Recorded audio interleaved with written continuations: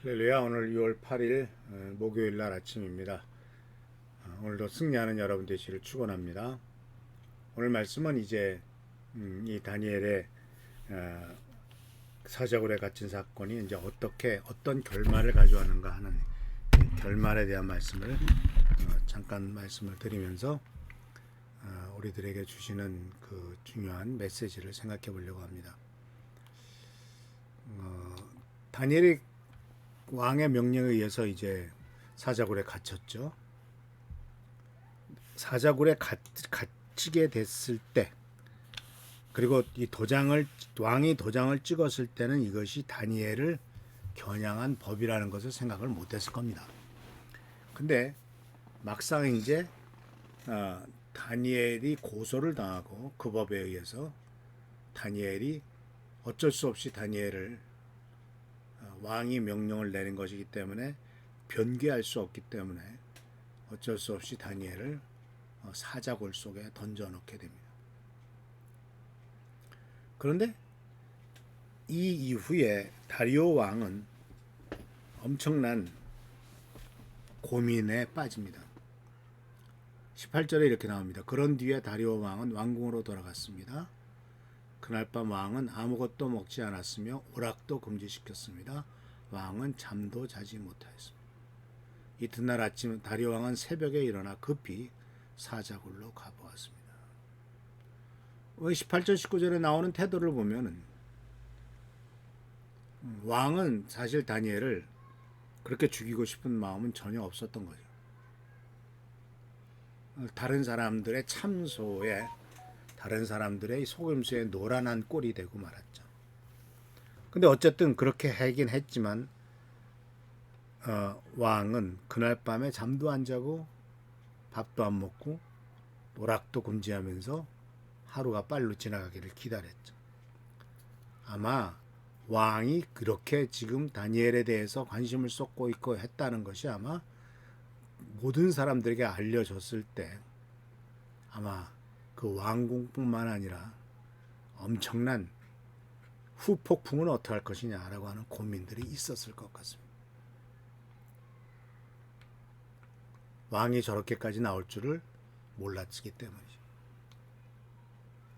근데 아시다시피 하나님은 22절에 천사를 보내서 사자의 입을 막았다고 다니엘이 고백했고 27절에 다리오 왕이 하나님께서 다니엘을 사자의 입에서 구해 주셨다라고 고백을 합니다. 하나님의 보살피심이 다니엘의 입술을 통해서 다리오 왕의 입술을 통해서 이제 선포됩니다. 우리는 여기에서 하나님이 보살피실 때 이것은 우리들만의 문제가 아니라 다른 믿지 않는 사람들에게도 엄청난 영향을 주고 하나님의 살아계심을 보여주는 중요한 길이다라고 하는 사실이죠. 그래서 25절에서 27절에 이 다리오 왕이 이렇게 말합니다.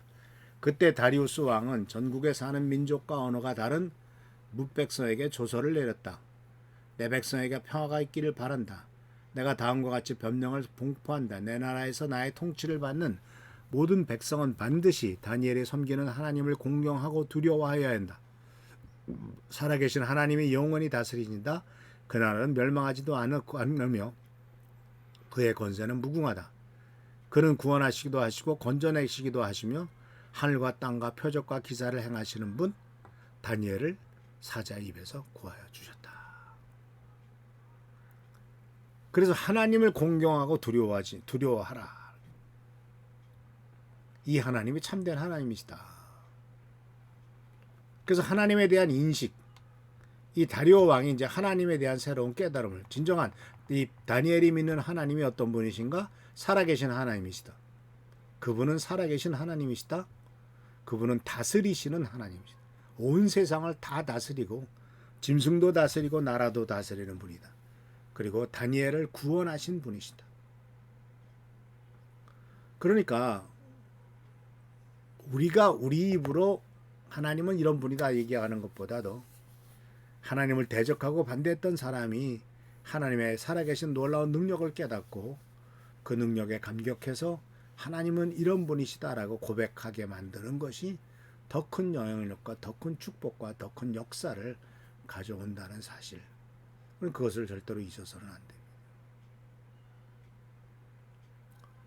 그래서 우리는 이 다니엘서를, 다니엘의 그 사자굴에 있는 얘기를 통해서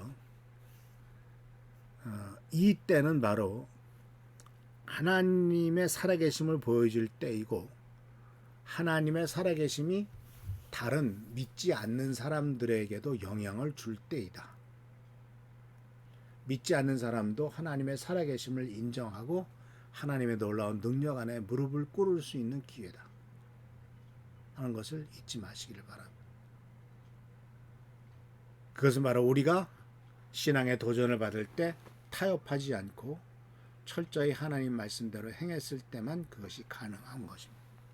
하나님에 대한 철저한 신뢰를 보여줄 때 하나님이 거기에 대해서 응답하시고, 그 하나님의 놀라운 응답은 믿지 않는 사람들에게 하나님의 살아계심을 증명하는 아주 중요한 계기가 되었다라는 것. 그래서 우리는 하나님의 역사하시는 방법에 대해서 이해를 해야 됩니다. 왜 다니엘에게 그러한 시련을 주셨습니까? 라고 이렇게 우리가 질문을 할 수가 있어요. 그러나 하나님은 인간의 악함을 그대로 인정하십니다. 그렇지만 악함을 인정하시면서 그렇지만 합력하여서 선을 이루시고 그 악한 죄 때문에 스스로 그 죄악 가운데 멸망하도록 만드시는 분이죠. 그리고 그런 것을 통해서 오히려 하나님의 백성들의 믿음과 하나님의 백성들의 그 신실하심이 더 잘 드러나게 되는 것을 발견할 수가 있습니다. 문제 속에서 신앙이 드러납니다. 연단 속에서 우리들의 솔직한 모습이 드러나고, 연단 속에서 우리가 더욱더 순결해지고 깨끗해지고 하나님의 축복된 자리에 들어가게 된다는 사실을 기억하시기를 바랍니다. 그래서 하나님께서 영광을 받으시는 길은 바로 우리가 어렵고 힘들 때라도 끝까지 믿음을 지키고 하나님의 평강과 존귀를 들리는 때라는 것을 기억하시면서 주님의 은총 가운데 매일매일 나아가는 우리 교회 성도들 되시기를 축원합니다. 축복합니다. 하나님의 사랑과 은혜가 임하기를 축원합니다. 기도하겠습니다. 좋으신 주님 은혜를 감사합니다. 오늘도 우리들과 함께하여 주신 것을 감사드리었고, 주님에 대한 믿음을 지킴으로 주께 영광 돌리도록 채워주옵소서. 예수 그리스도의 이름으로 축복하며 간절히 기도하옵나이다. 아멘. 오늘도 승리하는 하루가 되기를 축원합니다. 할렐루야. 축복합니다.